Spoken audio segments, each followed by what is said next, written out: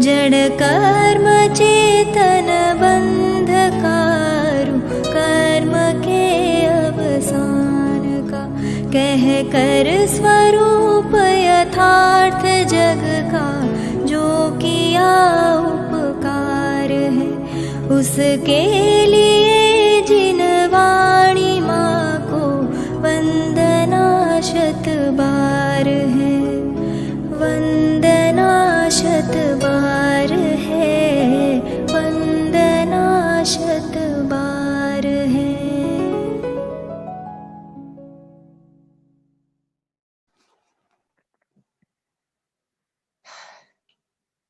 नमो जिणाणम जयदु जिणिंदो जय जिनेन्द्र। हम सब ज्योतिष जैसा महत्वपूर्ण विषय समझने का प्रयास कर रहे हैं। ये एक पूर्ण विकसित विज्ञान कभी था, लेकिन वर्तमान में बहुत लुप्त हो गया, बहुत विकृत हो गया और पूरी समाज एक समीचीन मार्गदर्शन चाहती है। समाज में ज्योतिष को लेकर लगभग सभी लोग बड़े असमंजस में हैं। आप उनसे बात करो, मन की बात करो, तो आपको पता चलेगा कि सभी लोग इसको लेकर के बहुत संदेह में हैं। वे मानते भी हैं, नहीं भी मानते हैं, क्या करें कुछ निर्धार भी नहीं कर पा रहे हैं। तो ऐसे में उनका पथ प्रशस्त करना, उनका मार्गदर्शन करना, उनको समीचीन मार्ग दिखाना, ये जैन विद्वानों का दायित्व है, कर्तव्य है। जैन विद्वान हमेशा ही समाज की हर समस्या पर गंभीरता पूर्वक ध्यान देते हैं और उसका समीचीन समाधान करते हैं। तो जैन ज्योतिष के संबंध में भी ऐसी स्थिति को देख करके मेरे मन में आया कि कुछ स्पष्ट रूप से बातें हो जाए कि ये क्या है क्या नहीं है, इसकी स्पष्ट स्थिति हमको कुछ समझ में आ जाए। ये बहुत ही अद्भुत शास्त्र है, बहुत ही अद्भुत विज्ञान है, कुछ नहीं है, ये नई बात नहीं है। कल हमने बहुत विस्तार से चर्चा की थी कि ज्योतिष को मानना अंधविश्वास नहीं है, अज्ञान नहीं है, मिथ्यात्व नहीं है। ज्योतिष कुछ न हो ऐसा कुछ नहीं है। ज्योतिष है, एक विद्या है, एक विज्ञान है और वो बड़ा ही वैज्ञानिक है, बड़ा ही अद्भुत विज्ञान है। ये न तो अध्यात्म में बाधा पहुंचाता है, बल्कि अध्यात्म का पोषण करता है। ऐसे ही कल हमने दो तरह की आपत्तियां देखी थी। कुछ लोग तो अध्यात्मवादी होने से कहते हैं कि ये ज्योतिष उसमें फिट नहीं बैठता, और कुछ विज्ञानवादी होने के कारण कहते हैं कि ये ज्योतिष उसमें फिट नहीं बैठता। लेकिन जब हम ज्योतिष को सावधानी से पढ़ते हैं जिनागम के आलोक में, तो ये दोनों ही बातें गलत सिद्ध होती है और हम देखते हैं, हम पाते हैं कि ज्योतिष अध्यात्म के भी आलोक में एकदम उपयुक्त सिद्ध होता है, उसका बाधक सिद्ध नहीं होता है। और आधुनिक विज्ञान की दृष्टि से भी ये बहुत उपयुक्त सिद्ध होता है, उसमें भी कोई बाधा नजर नहीं आती। ये तो सही पूछो तो ये बहुत उच्च कोटि का अध्यात्म है। ये तो वीतरागता का की अद्भुत शिक्षा देने वाला, जीव को निर्भर बनाने वाला, उसके अहंकार को दूर करने वाला, उसकी चिंताओं को मिटाने वाला। ज्योतिष चिंता बढ़ाने वाला नहीं, समस्त चिंताओं से, समस्त भार से निर्भर होने का मार्ग दिखाने वाला शास्त्र है। वीतराग होने का शास्त्र है। सारा भय मिटाता है। जैसी वस्तु लोग भय में है, लोग आशा में, ज्योतिष हमारा भय दूर करता है। ज्योतिष हमारी इच्छाएं समाप्त करता है। ज्योतिष हमारी आशाएं समाप्त करता है। कितना सुंदर विज्ञान है और कितना उच्च कोटि का अध्यात्म है। मैं जैसे जैसे पढ़ रहा हूं, अरे देखो भैया, और शास्त्र तो विधि निषेध सिखाते हैं। ज्योतिष ही एक ऐसा शास्त्र है जो आपसे कहता है कुछ मत करो, जो होना है सो निश्चित है।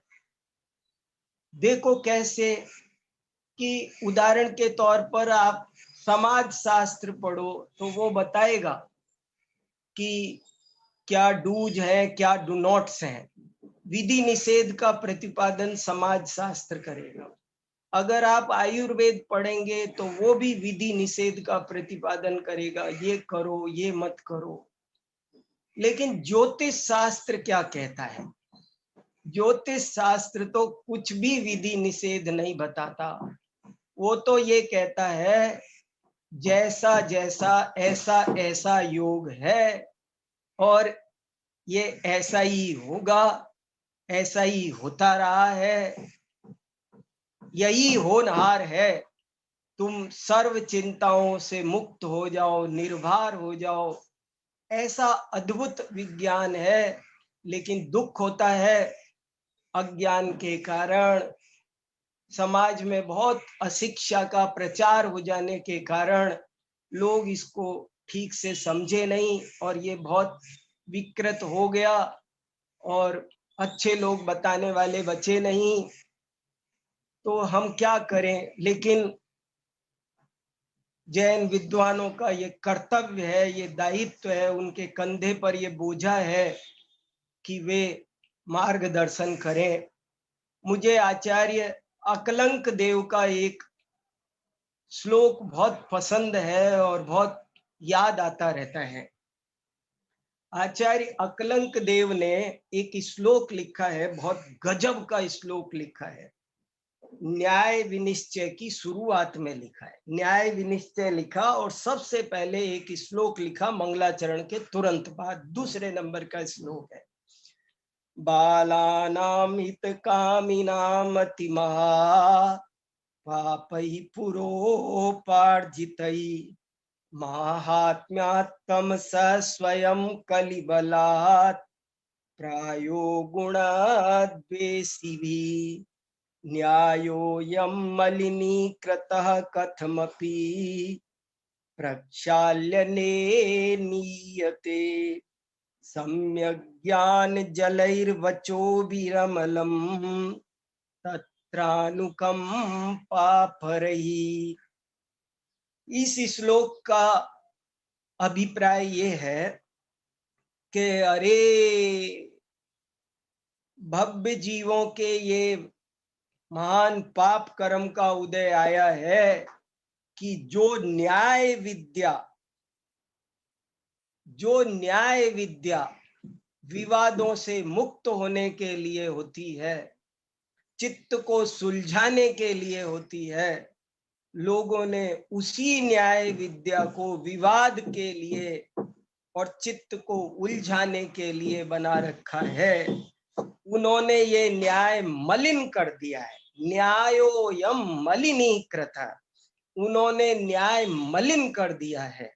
और फिर अंत में लिखते हैं, लेकिन मैं करुणा पूर्वक सम्यक ज्ञान रूपी जल से उसको प्रक्षालित करके आगे बढ़ा रहा हूं और क्या कर सकता हूं। ऐसे ही ज्योतिष को भी लोगों ने बहुत मलिन कर, ये बात उन्होंने न्याय पर कही है।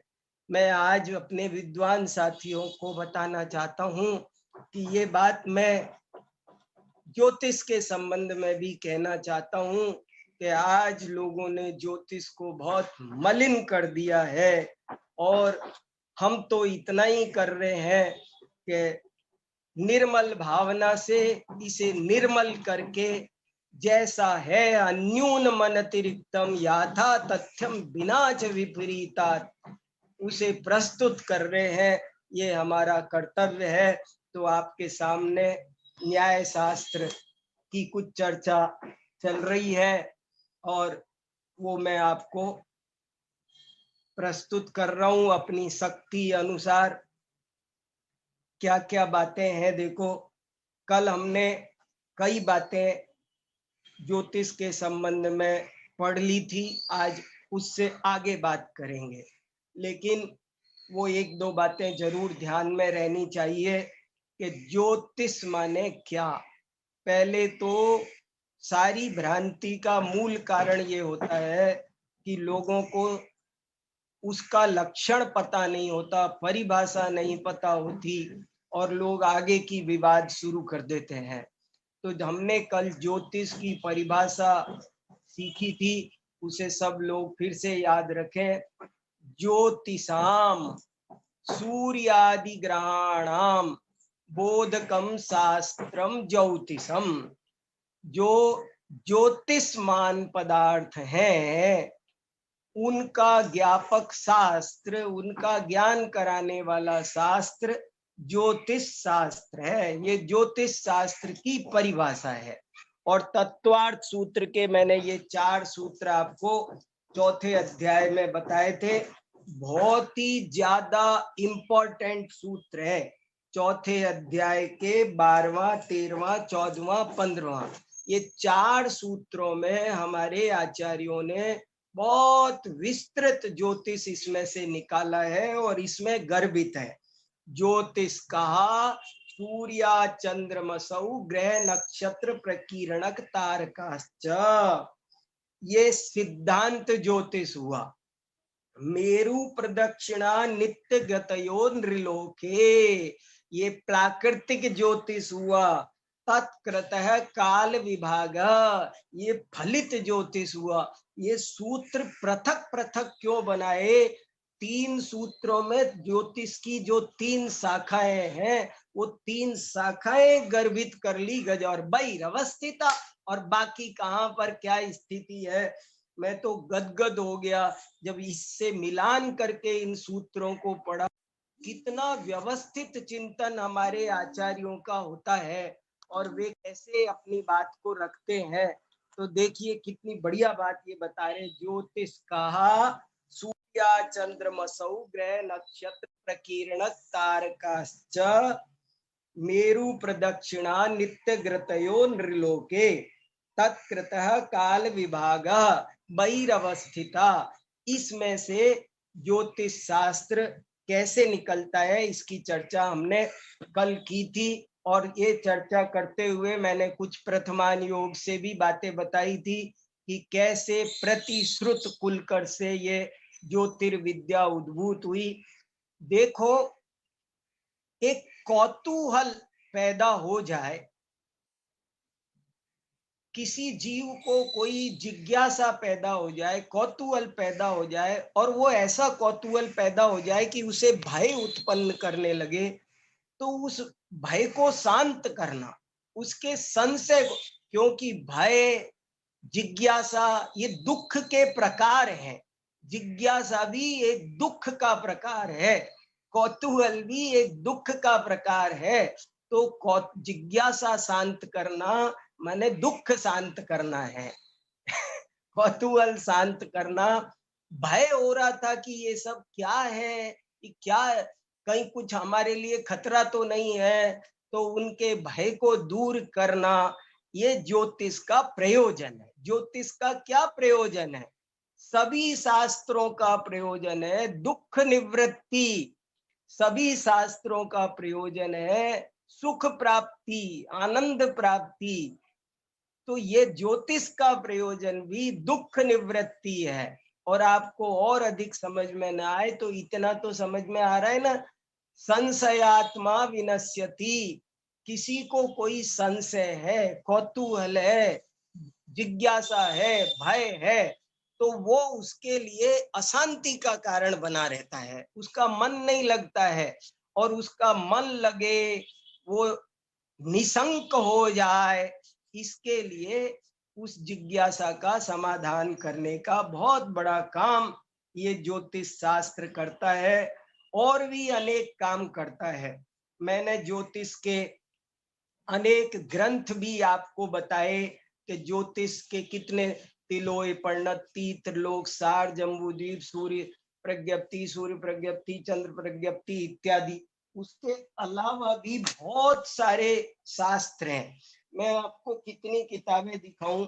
अगर देखो किसी को ज्योतिष के बारे में जानना हो तो एक ये बहुत महत्वपूर्ण किताब है, भारतीय ज्योतिष।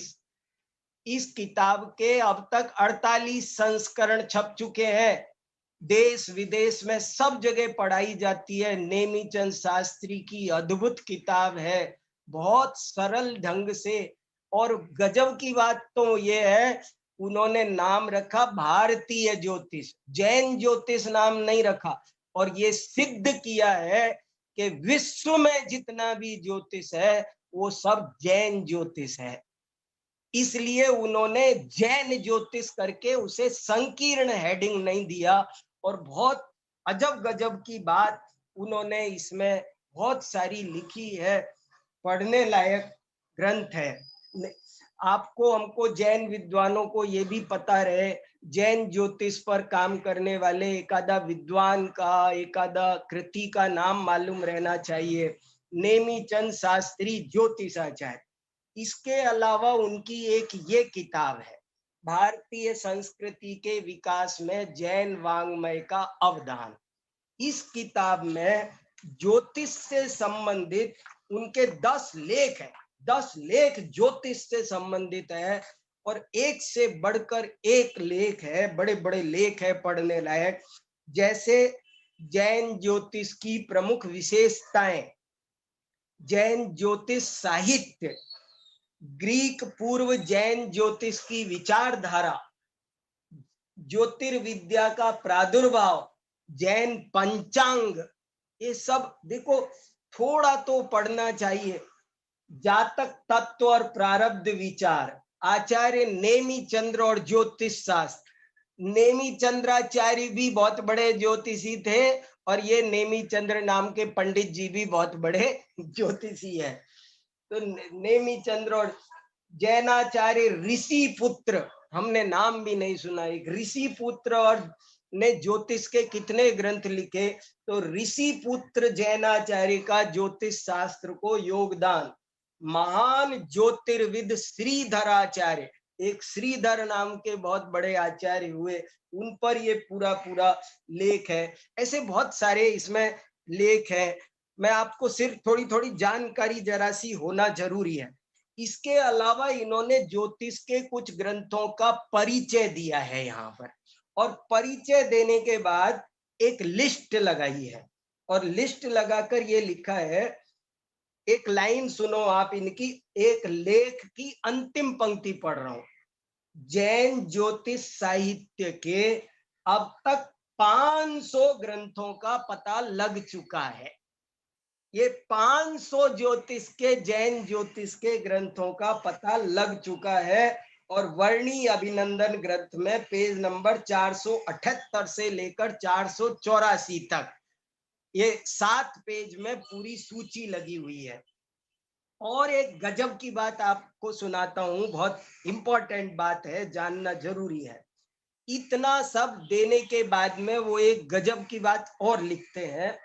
वो लिखते हैं, प्राचीन काल में, बहुत मार्मिक पंक्ति, प्राचीन काल में जैन ग्रंथों का प्रचार सर्वसाधारण में पाया जाता था, संपूर्ण लोक में, आम जनता में पाया जाता था, जिसे बाद में कुछ संकीर्ण विचारधारा वाले लोगों ने अनेक जैन ग्रंथों को मंगलाचरण बदल बदल कर अपने में मिला लिया।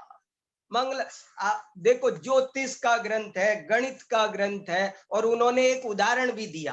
कैसे दिया वो भी आप देख लो। जैसे एक किताब है ज्योतिर्ज्ञान विधि, ज्योतिर्ज्ञान विधि संस्कृत में पुस्तक है, आज से 1300 साल पहले श्रीधर नाम के आचार्य ने लिखी है। इसका मंगलाचरण सुनो आप। इसका मंगलाचरण है, नत्वा जिनम स्वविरचित पाठ्य गणितस्य सार मुद्धृत्य लोक व्यवहाराय प्रवक्ष्यति श्रीधराचार्य। ये मंगलाचरण। अब ये किताब आजकल जनरल पब्लिशर्स ने छपा दी है और दुनिया में बिक रही है, चल रही है। तो कैसे चल रही है? तो पूरी किताब वही चलती है, कहीं कोई हेर फेर नहीं है, लेकिन उसका मंगलाचरण में एक शब्द बदल दिया है।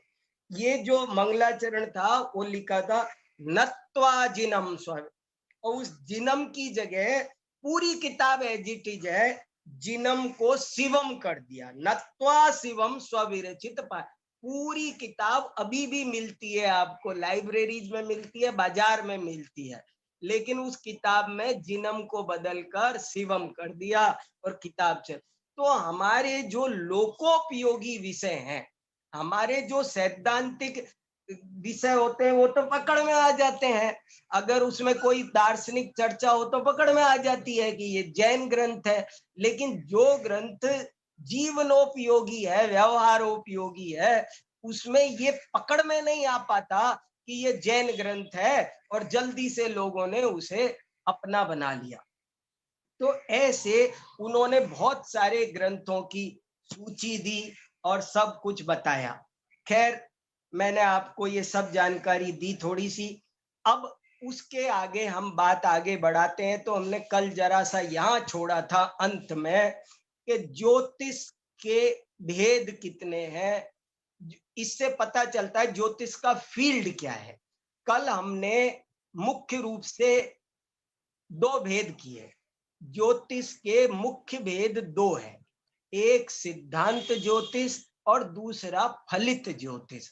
सिद्धांत ज्योतिष का दूसरा नाम गणित ज्योतिष भी है, क्योंकि उसमें ज्योतिषाम सूर्यादि ग्रहाणाम उनकी गणना होती है, उनकी नाप तोल होती है, जिसमें ज्योतिर्मान पदार्थों की गणना हो, उनकी संरचना की नाप तोल हो, उसका नाम होता है गणित ज्योतिष, गणितात्मक ज्योतिष। गणित ज्योतिष माने गणितात्मक ज्योतिष।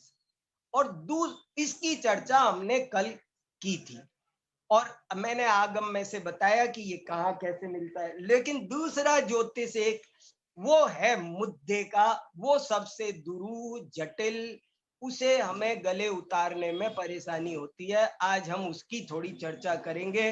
वो है फलित ज्योतिष। फलित ज्योतिष का मतलब है इनके आधार पर शुभाशुभ फल का निरूपण करना फलित ज्योतिष कहलाता है। ज्योतिषमान पदार्थों के आधार पर सुख दुख के फल का निरूपण करना वो फलित ज्योतिष है। यद्यपि आपको जानकर ताज्जुब होगा कि फलित ज्योतिष को बहुत अच्छा नहीं माना गया, इसमें बड़े बड़े ज्ञानियों ने रस नहीं लिया, और ये सभी जगह रहा, सभी परंपराओं में इसकी कोई, देखो, एक ये जैन एनसाइक्लोपीडिया है, इसमें भी लिखा है कि इसमें लिखा है कि फलित को जानना, इससे ये दुख सुख होगा, ये कोई बड़ी बात नहीं, और इससे कुछ भी लाभ नहीं, ये विषय बिल्कुल अनावश्यक है, और इसके लिए हमें तनिक भी विचार करने की जरूरत नहीं। फलतः सुख दुख के समय ज्ञान के चक्कर में पड़ना ठीक नहीं। इससे राग द्वेष की वृद्धि उत्पत्ति भी होती है। ऐसे करके मैं आपको ये बता रहा हूं, फलित के प्रति ज्योतिषों का, ज्योतिर्विदों का एक दृष्टिकोण ये भी रहा है। फल निरूपण भी किया है, लेकिन उसको मुख्यता नहीं दी है। सो कैसे नहीं दी है वो सब देखने की बात है। अपन तो आज ये समझने की कोशिश करते हैं कि ये ग्रह फल कैसे देते हैं, क्या ये फल दे सकते हैं। अब ये सबके बीच में एक जटिल प्रश्न फेंक रहा हूं, आप सब इस पर चिंतन करना प्रारंभ करें।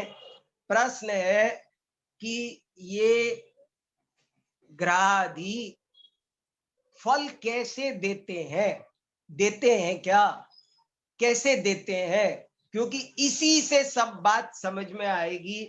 क्या ये शुभाशुभ है, ग्रह शुभाशुभ है, ये फल देते हैं, ये एक बड़ा हमारा जटिल प्रश्न है। तो इसको समझने के लिए मैं आपको मोक्ष मार्ग प्रकाशक में से कुछ पंक्तियां पढ़कर सुना रहा हूं, और बहुत शांति से हमें इस बात को समझना है कि ये कैसे है।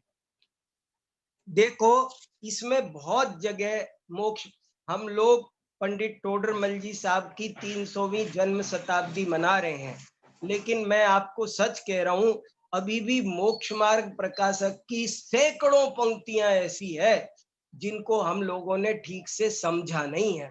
उनको हम समझ लेंगे तो निहाल हो जाएंगे। हमने इसमें अभी बहुत चीजें नहीं समझी है। अभी आप देखो कैसी कैसी इन्होंने कई जगह ज्योतिष टोडरमल जी साहब का ज्ञान इतना व्यवस्थित और इतना वो है कि उन्होंने पहले ज्योतिष संबंधी भ्रांतियों का निराकरण किया। पेज नंबर 172-73 पर उन्होंने यहां से बात शुरू की, सूर्य चंद्रमा ग्रहादिक ज्योतिषी हैं, उनको पूजते हैं, वह भ्रम है। सूर्यादिक को परमेश्वर का अंग मानकर पूजते हैं, परंतु उसके तो एक प्रकाश की ही अधिकता भाषित होती है। सो प्रकाशवान तो अन्य रत्नादिक भी होते हैं, अन्य कोई ऐसा लक्षण नहीं जिससे उसे परमेश्वर का अंश। इनमें कुछ लोग इनको भगवान मानकर पूजते हैं, तो उसका निराकरण। चंद्रमा, दूसरा तर्क, चंद्रमादिक को ग्रहादिक को धनादि की प्राप्ति के अर्थ पूजते हैं, परंतु उनके पूजन से धन होता हो तो सर्व दरिद्री इस कार्य को करें और धनवान हो जाएं, लेकिन ऐसा नहीं होता, इसलिए यह मिथ्या भाव है। तथा ज्योतिष के विचार से बुरे ग्रहादिक आने पर उनकी पूजनादिक करते हैं, इसके अर्थ दानादिक देते हैं। सो जिस प्रकार, अब ये पंक्ति बात, जिस प्रकार हिरणादिक स्वयमेव गमनादिक करते हैं और पुरुष के दाएं बाएं आने पर सुख दुख होने के आगामी ज्ञान को कारण होते हैं। ये पंक्ति बहुत ध्यान देने लायक। जिस प्रकार हिरणादिक, बिल्ली, कौवा, क्या क्या स्वयमेव गमनादिक करते हैं और पुरुष के दाएं बाएं आने पर सुख दुख होने के आगामी ज्ञान को कारण होते हैं, कुछ सुख दुख देने को समर्थ नहीं है, वे सुख दुख देते नहीं है।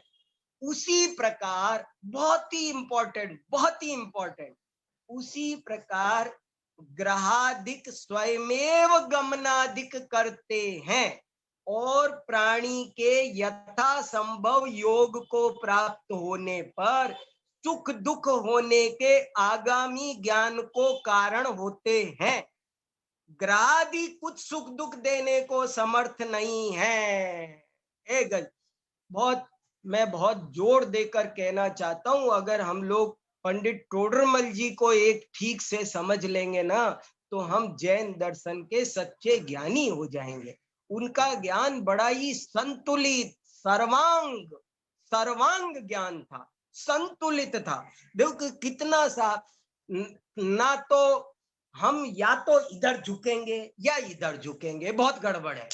और ये देखो कैसी गजब की बात है, तराजू जरा तराजू तराजू है, अन्यून मन अतिरिक्तम, इधर झुकी तो गलत, इधर झुकी तो 10 और 10 20 होते हैं, 19 बोलना भी गलत और 21 बोलना भी गलत। तो क्या ग्रहादि कुछ नहीं है और सुख दुख के कारण नहीं है, ये नहीं लिखा। ग्रहादि स्वयमेव गमनाधिक करते हैं और प्राणी के यथा संभव योग को प्राप्त होने पर सुख दुख होने के आगामी ज्ञान को कारण होते हैं, वे स्वयं सुख दुख देने को समर्थ नहीं है।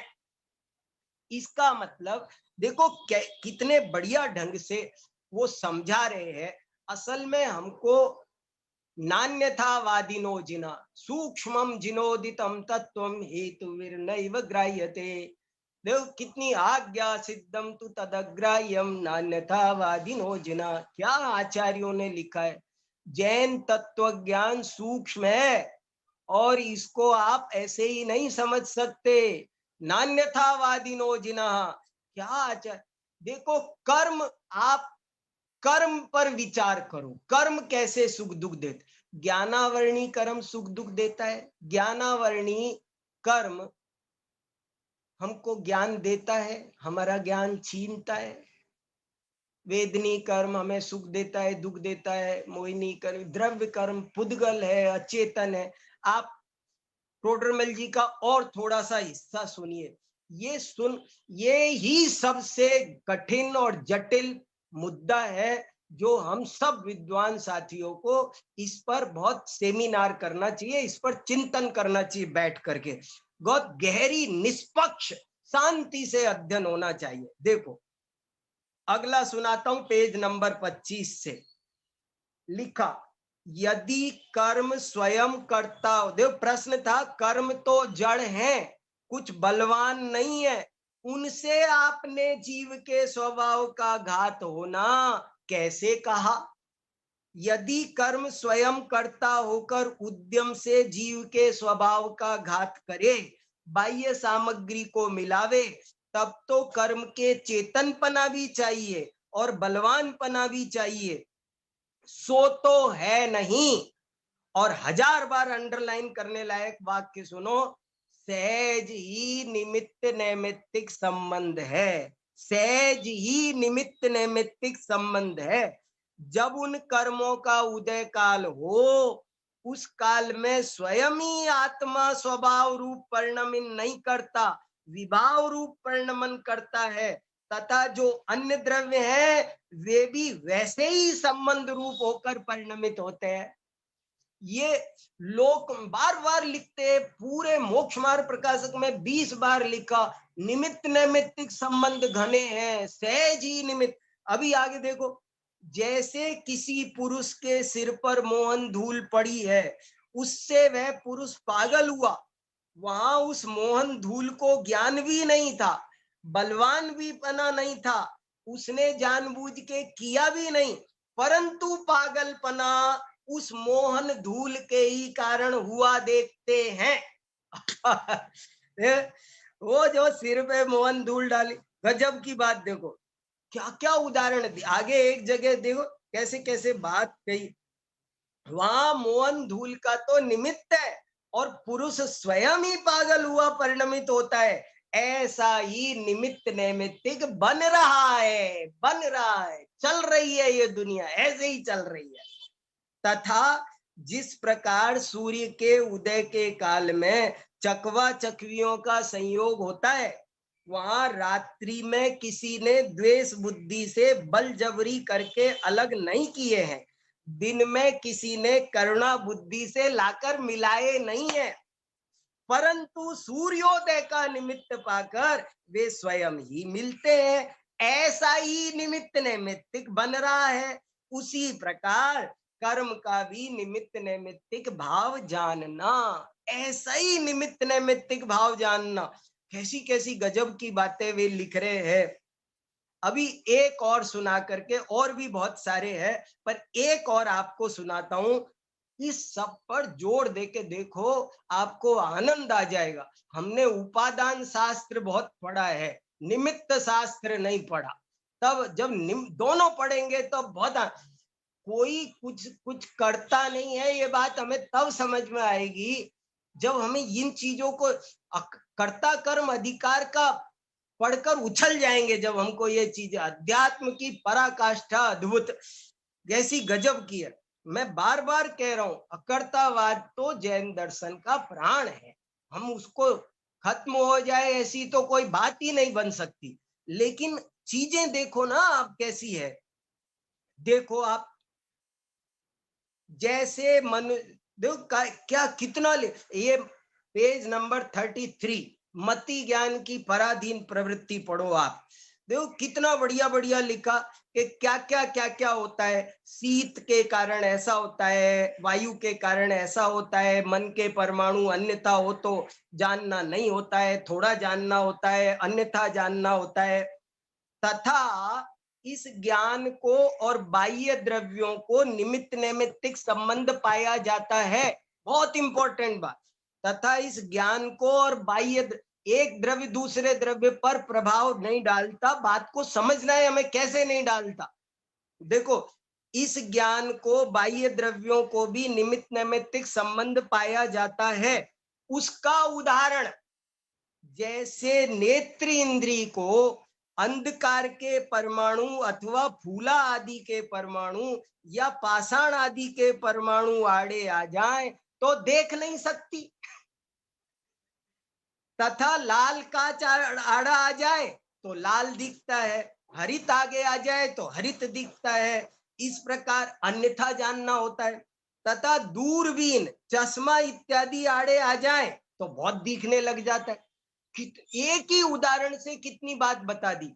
हमारी आंखें देखेंगी, लेकिन वो कह रहे हैं यदि अंधकार के परमाणु आ गए, ये मेरा चश्मा है, ये शीशे की बजाय यहाँ लोहा लगा होता तो नहीं, बताओ कैसी कैसी बात। और ये हरा चश्मा लगाओ, हरा शीशा लगाओ, पीला लगाओ, तो वो कहते जैसा हरा लगा हो तो हरा दिखता है, पीला लगाओ तो पीला दिखता है, लाल लगाओ तो लाल दिखता है, और लोहा लगाओ तो नहीं दिखता है। अंधकार के परमाणु आ जाए तो नहीं दिखता है, प्रकाश कम ज्यादा हो तो नहीं दिखता है। दूरबीन, चश्मा और दूरबीन लगा दो तो और भी ज्यादा दिखता है। तो बोले ये आ जाए तो बहुत दिखने लग जाता है। प्रकाश, जल, हिलव्वी कांच इत्यादि के परमाणु आड़े आ जाए तो जैसे का तैसा दिखता है। इस प्रकार अन्य इंद्रियों तथा मन के भी यथा संभव जानना। और गजब की बात सुनो, मंत्रादिक के प्रयोग से अथवा मदिरा पानादिक से अथवा भूतादिक के निमित्त से, ओ हो, मंत्रादिक, मंत्र शास्त्र नहीं है ऐसे हमारे बहुत विद्वान साथी मैं कहते सुनता हूँ, किताबों में लिखते, कहते मंत्र मंत्र कुछ नहीं होता। अरे कैसी बात कर रहे हो, मंत्र कुछ नहीं होता। समंत भद्राचार्य सम्यक दर्शन का उदाहरण देते हैं। नांगहीनम मलम छेत्तुम नांगहीनम मलम नहीं मंत्रोक्षर न्यूनो निहंती विस्वेदना। जैसे अक्षर न्यून मंत्र विस्वेदना दूर नहीं कर सकता, ऐसे अंगहीन सम्यक दर्शन जन्म संतति का छेद नहीं कर सकता। तो मंत्र शास्त्र है तब ना, मंत्र होते तो, मंत्र थे तब तो विकृत मंत्र थे तो विकृत देवियां प्रकट हुई पुष्पदंत भूतबली के, और अगर मंत्र ठीक कर दिया तो सर्वांग सुंदर देवियां प्रकट हुई। तो मंत्र नहीं है ऐसा आप नहीं कह सकते। टोडरमल जी मानते मंत्रादिक के प्रयोग, मंत्रादिक में अचिंत शक्ति है, मंत्र शास्त्र नहीं है ऐसा कैसे कह सकते हैं। और मंत्र शास्त्र से कर्तावाद सिद्ध नहीं होता है। लेकिन ये एक गजब की बात आप देखो, ये कोई पढ़ने वाला जैन दर्शन का प्रकांड विद्वान चाहिए जो इन सब चीजों को बहुत अच्छे से कोऑर्डिनेट करके समझा सके, नहीं तो गड़बड़ बहुत हो रही है। जो तत्वज्ञानी है वे समझा नहीं रहे, अज्ञानी इनके बहाने मिथ्यात्व का पोषण कर रहे हैं। देख कैसे उदाहरण दिए, भूतादिक के निमित्त से थोड़ा जानना होता है, अन्यथा जानना होता है। ऐसा ही सहज निमित्त नैमित्तिक संबंध है। कितनी सा तो बार बार बार बार पंडित जी साहब ने ऐसा लिखा है। तो भैया इन सब विषयों पर थोड़ा चिंतन करो कि क्या है क्या नहीं है। ये देखो, मैं एक वाक्य बोलता हूं, आप सब शांति से उसे सुनो और उस पर चिंतन करो। निश्चय से देखा जाए तो कोई भी द्रव्य, कोई भी क्षेत्र, कोई भी काल, कोई भी भाव शुभ या अशुभ नहीं है।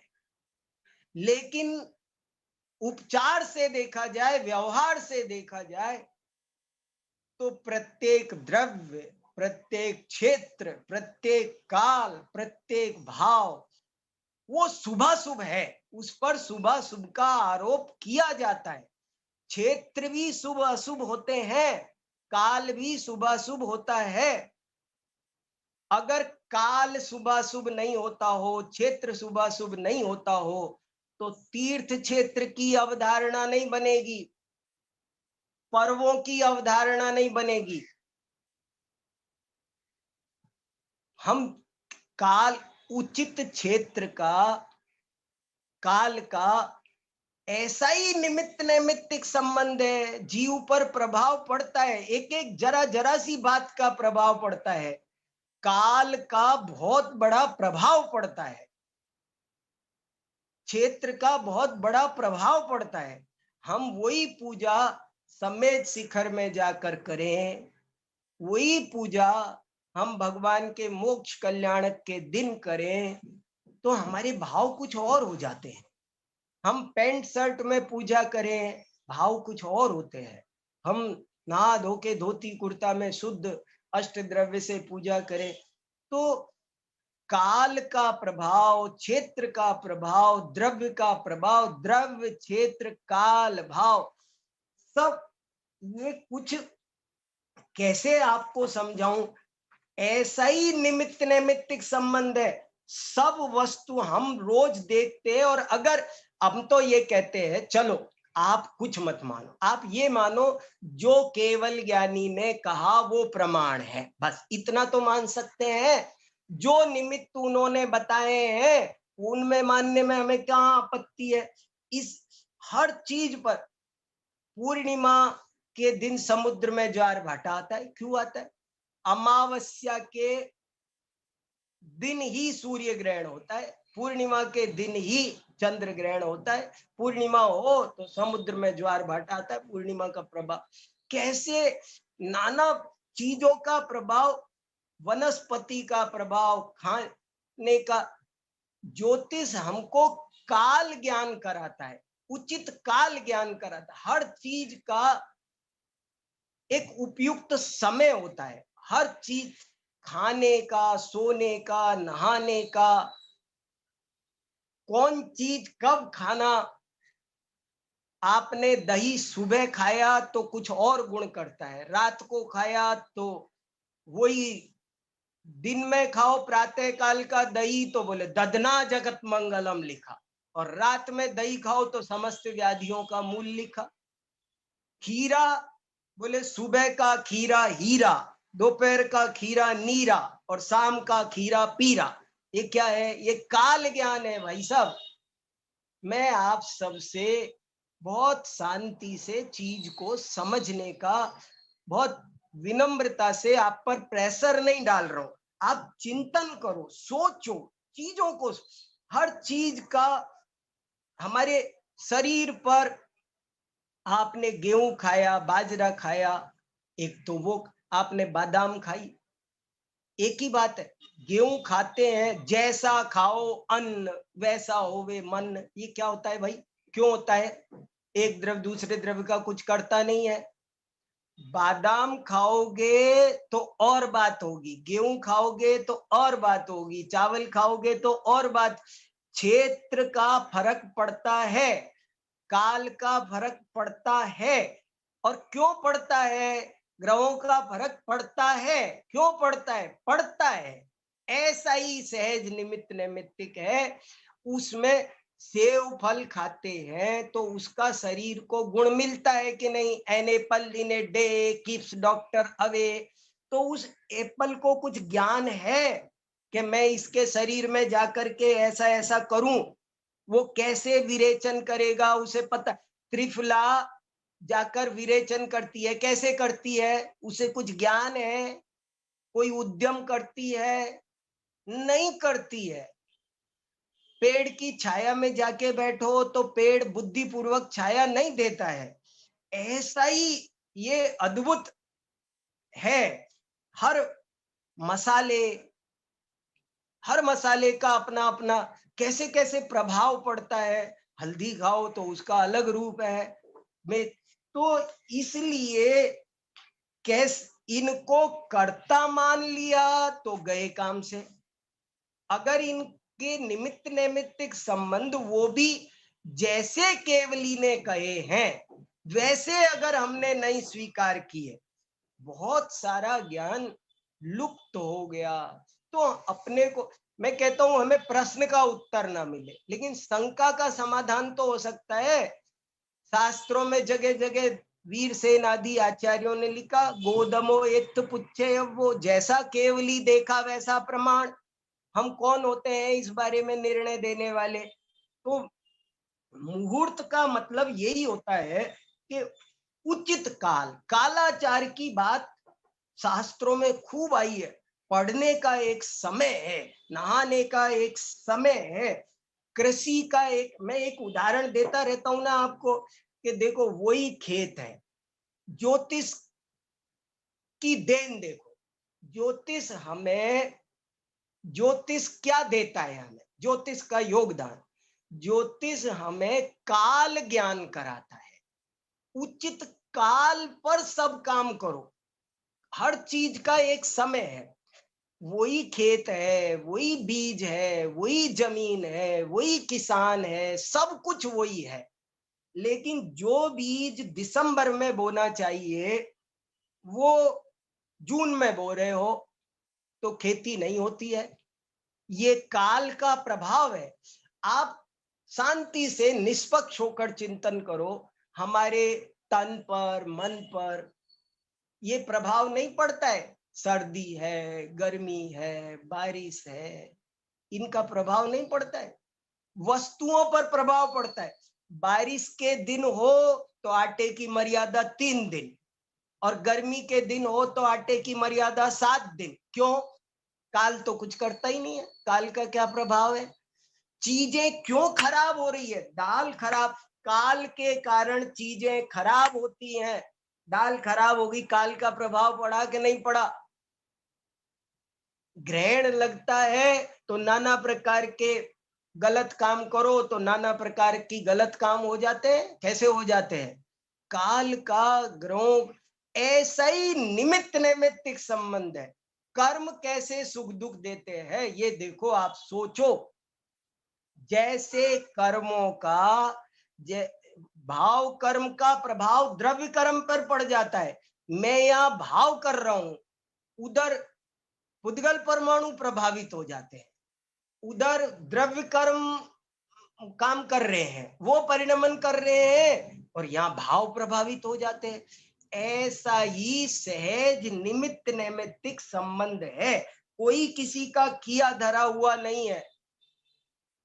इसलिए इस चीज को बहुत अच्छे से, सावधानी से, संतुलित वे में हमें इन सब चीजों को समझना पड़ेगा। तभी जाकर के ये सब चीजें समझ में आएगी तो आनंद आएगा।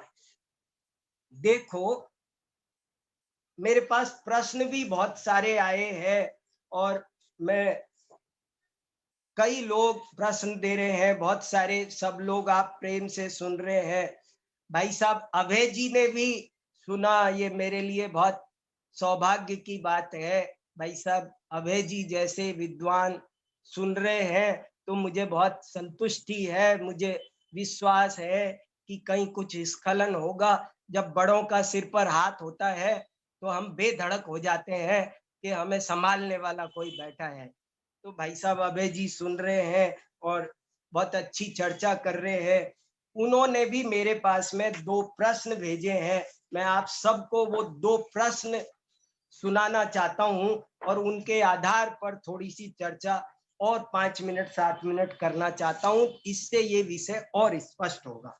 देखो, एक प्रश्न उनका है कि धार्मिक कार्य भी शुभ मुहूर्त देखकर किए जाते हैं, इसकी क्या उपयोगिता है? ये भाई साहब का प्रश्न है। धार्मिक कार्य भी शुभ मुहूर्त देखकर किए जाते हैं, इसकी क्या उपयोगिता है?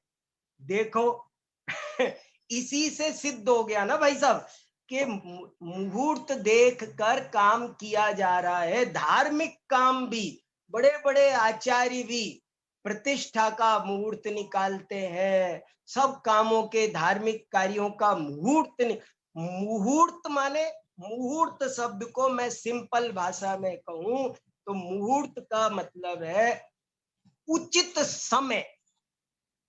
अनुचित समय पर काम करो, जैसे मैंने अभी उदाहरण दिया, अनुचित समय नहाओ, अनुचित समय सोने का समय है। अगर गलत समय सोएंगे तो वो गुण नहीं मिलेगा। खाने का समय है, नहाने का समय, सब चीज का एक समय है। आपको हमें ये समझना पड़ेगा जो केवली ने बताया है क्या है, कैसा है। तो मुहूर्त का मतलब ही ये है कि उसका उचित ज्ञान कर लिया जाए कि वो समय आपको क्या बोना है।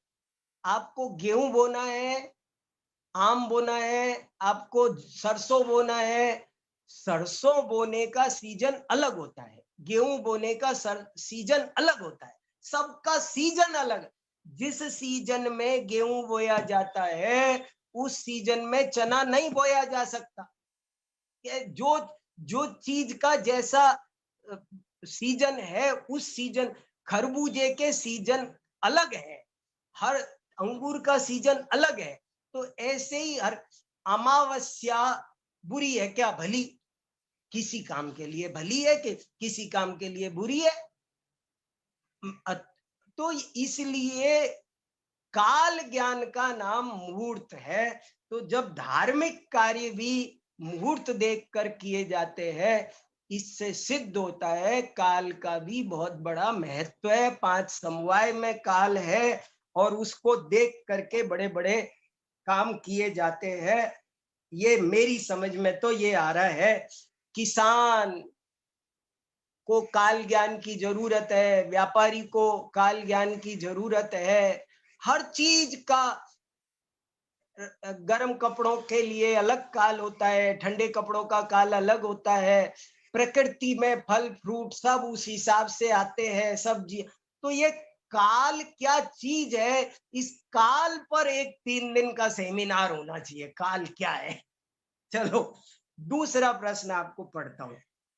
दूसरा प्रश्न भाई साहब पूछ रहे हैं कि वास्तु दोष ज्ञापक है या कारक है, और वास्तु में सुख दोष के कारण सुख दुख मिलता है या वेदनीय कर्म के कारण मिलता है। सुख दुख में वेदनीय कर्म का क्या योगदान है, ये प्रश्न है। देखो भैया, इस पर भी मैं एक बात तो ये कहना चाहता हूं, जैसे भाई साहब ने ये वास्तु पे पूछा है ना, ऐसे और भी बहुत लोगों ने पूछा है।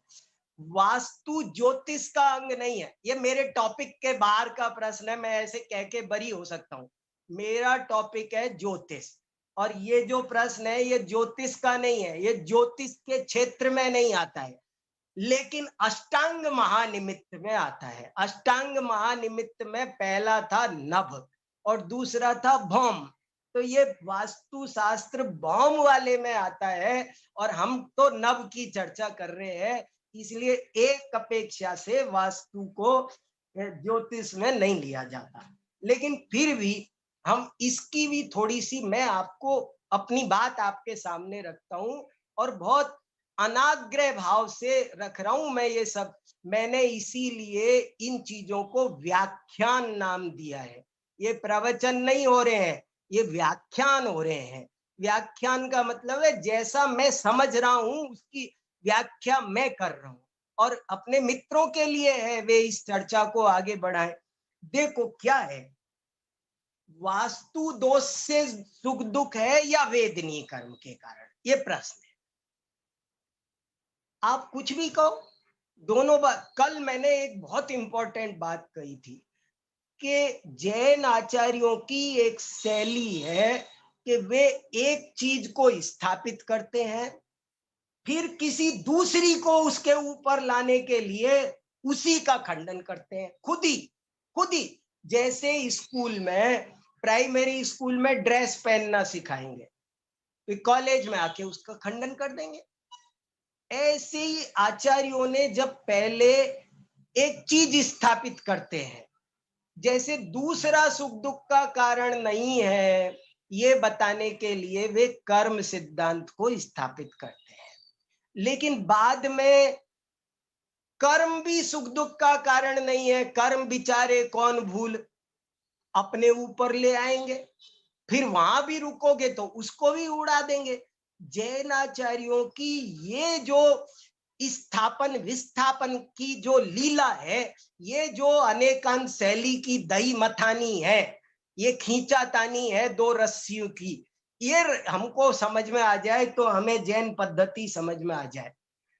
अब देखो, मान लो मैं ये कहता हूं वास्तु दोष से सुख दुख नहीं है, वेदनीय से है, तो जैन आचार्य में से कोई ये प्रश्न उठाएगा, वेदनीय कर्म सुख दुख का कारण है? वेदनीय, टोडरमल जी साहब ने मोक्ष मार्ग प्रकाशक में लिखा है, वेदनीय कर्म सुख दुख का कारण नहीं है, मोहिनी कर्म सुख दुख का कारण है। बताओ, तो वेदनी का विस्थापन कर दिया और मोहिनी का स्थापन कर दिया, और फिर बाद में कहेंगे मोहिनी भी तो जड़ कर्म है, उससे क्या होता है? तेरे भाव मोह दुख का कारण है। ऐसे चीजों को तो जब यदि जिनवाणी में भौम निमित्त की चर्चा आई है, और जब बड़े बड़े आचार्य ये लिख रहे हैं कि वास्तु के आधार पर भी जीवों के त्रिकालवर्ती सुख दुख का कारण जाना जा सकता है, निमित्त है, तो हमें उसे नकारने की क्या जरूरत पड़ी है? हम क्या करें? मुझे लगता है कुछ नहीं है इसमें। ये देखो, वास्तु शास्त्र क्या है, मैं बहुत शांति से सोचता हूँ।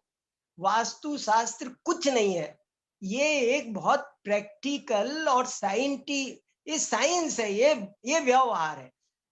सब चीजें क्लॉकवाइज है दुनिया में, सब चीजें क्लॉकवाइज। ये पंखा क्लॉकवाइज घूमे, हम एक अगर भगोनी में कड़छली भी चलाएंगे तो क्लॉकवाइज चलाएंगे, अगर एंटी क्लॉकवाइज चलाई तो क्या होगा? तो कष्ट होगा। मैं इस पॉकेट में रूमाल रखता हूं तो आसानी से निकाल लूंगा, इसमें रखूंगा तो क्या होगा? कष्ट होगा। तो कौन चीज कहाँ होनी चाहिए, ये वास्तु है, ये विज्ञान है, ये व्यवहार है। और अगर ऐसा आगम में मिलता है तो उसे वैसा होगा भैया, केवल ज्ञानी ने देखा है। हम लोगों को जो नहीं जानते हैं तो उनके खंडन में पड़ने की कोई जरूरत नहीं है। आगम में जो चीजें जैसी कही है। एक प्रश्न ये भी है कि क्या मकान में तोड़ फोड़ कराए तो वास्तु ठीक हो जाएगी? देखो, एक गजब की बात ये भी सुनो आप, होता वही है जो होना होता है। मैं बार बार कह रहा हूं, आप ज्योतिष पढ़, जैसे अपन कह रहे हैं जैन दर्शन का सार है क्रमबद्ध पर्याय, मैं आपसे कहता हूं ज्योतिष का सार है क्रमबद्ध पर्याय। अरे तेरे करने से होता है, होना हो। देखो, ये सारे अष्टांग निमित्त हमारे मिलाए नहीं मिलते। स्वप्न में ला सकता हूं कि ऐसा स्वप्न आना चाहिए मेरे, ऐसा नहीं आना चाहिए, कुछ नहीं होता। हमारे हाथ में नहीं है आठों के आठों निमित्त, अष्टांग महानिमित्त। आप कितनी भी कोशिश करो, मुझे कौवा नहीं बोलना चाहिए जब मैं जाऊं तो तोता बोलना चाहिए। अरे तोता बोलना चाहिए, तेरे हाथ में है। जो कौवा बोलना होगा तो माने होगा, तादृशी जायते बुद्धिर्व्यवसायाश्च तादृश सहाया तादृशा संति यादृशी भवितव्यता।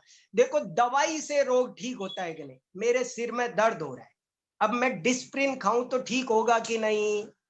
आप छोड़ो ये ग्रह नक्षत्र वास्तु की बात, आप इस दवाई पे विचार करो कि मेरे सिर में दर्द हो रहा है, सुबह से हो रहा है, 5 बजे तक बैठा रहा और डिस्प्रिन खाई तो ठीक हो गया, और अभी और 2 घंटे नहीं खाता तो 2 घंटे, अरे जब ठीक होना था 5 बजे ही सब काम एक साथ होंगे। 5 बजे मैंने जब दवाई खाई ठीक हुआ तो इसमें सब चीजें बैठेंगी। वो काल भी आया था ठीक होने का, 5 बजे पहले दवाई क्यों नहीं खा ली? सुबह से 8 घंटे से सिर दर्द क्यों हो रहा था? क्योंकि काल लब्धि नहीं आई थी, 5 बजे ही दवाई खानी थी। तो साता वेदनी का उदय क्यों नहीं आ गया? असाता वेदनी क्यों नहीं नष्ट हो गया? नहीं नष्ट हुआ, नहीं होना था ऐसा, उसे भी 5 बजे ही असाता वेदनी का उदय नष्ट होगा, साता वेदनी का उदय आएगा, 5 बजे ही दवाई मिलेगी, 5 बजे सब काम वैसे होंगे जैसी होनी होती है। होनहार बलवान है, होनी को कोई नहीं टाल सकता। यही ज्योतिष शास्त्र का संदेश है। ज्योतिष शास्त्र हमारे सारे भय को, चिंता को, आशा को दूर करके हमें निर्भर बनाता है, ऐसा मेरी समझ में आ रहा है। कोई इससे अज्ञानता का पोषण करे तो ये उसकी गलत समझ है। सही समझो, सुखी रहो। समय हो गया, बहुत बहुत धन्यवाद।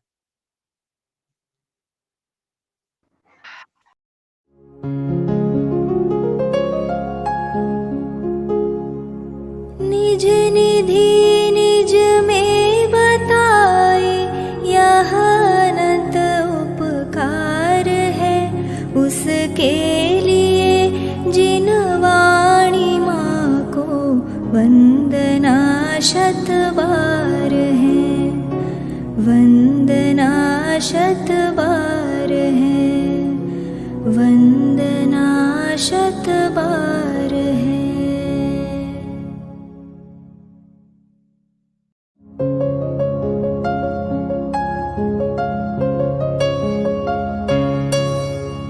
हे जिन वाणी भारती तो ही जपो दिन रैन, जो तेरी शरणा गहे सो पावे सुख चैन। जा वाणी के ज्ञान दे सूझे लोकालोक, सो वाणी मस्तक नवो सदा देत हो ढोक, सदा देत हो